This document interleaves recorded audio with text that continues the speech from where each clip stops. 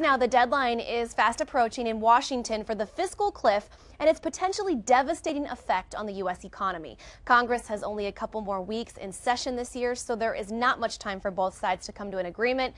So what would happen if a deal cannot be reached? Al Ganoza joins us live with a closer look. Good evening, Al. Hey, Megan. I wanted earlier tonight to figure out and find out if people knew about the fiscal cliff. Some had heard of it, but not many people want to talk about it. In fact, no one really wanted to talk about it, possibly because it's very difficult to understand. But it is something that could be affecting us in the very near future, whether we want to talk about it or not.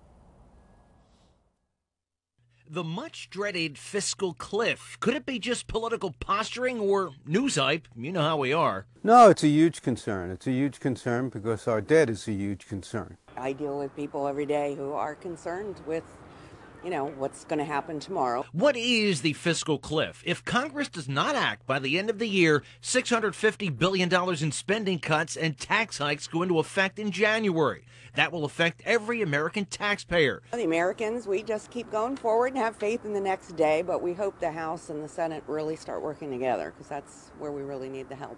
Investment manager Peter LaBella says he does not know if the problem will be solved by the end of the year, that it could possibly go on until January, February, or March. If that happens, he says, it could push us back into recession. We'll probably lose 2 to 3% of GDP in the short term until they solve it. And I think that the stock market won't react well to it. Okay. And a job loss potentially? Yes, of course, job loss. If GDP goes down, people are going to lose their jobs.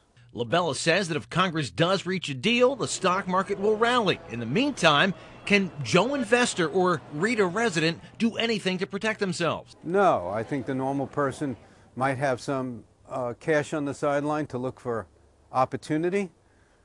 But in a zero interest rate environment, walking away from your equity at this point is really a challenge. Now, LaBella does not blame one side as far as Democrats or Republicans. He blames both sides. He says Republicans are going to have to give in a little bit as far as giving in some revenue, maybe taxes, and Democrats are going to have to give in a little bit on spending. So the good news continues. Megan, back to you. We'll have to wait and see. Thanks, Al.